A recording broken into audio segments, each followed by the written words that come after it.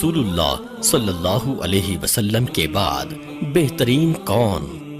محمد ابن حنفیہ رحمت اللہ علیہ نے پوچھا تو سیدنا علی رضی اللہ عنہ نے بتایا۔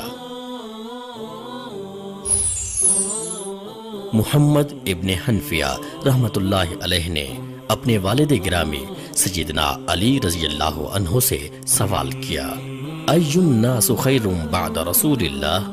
رسول اللہ صلی اللہ علیہ وسلم کے بعد لوگوں میں سے سب سے بہترین کون ہے؟ قال ابو بکر رضی اللہ عنہ، سیدنا علی رضی اللہ عنہ نے فرمایا ابو بکر رضی اللہ عنہ۔ صحیح بخاری حدیث نمبر 3671۔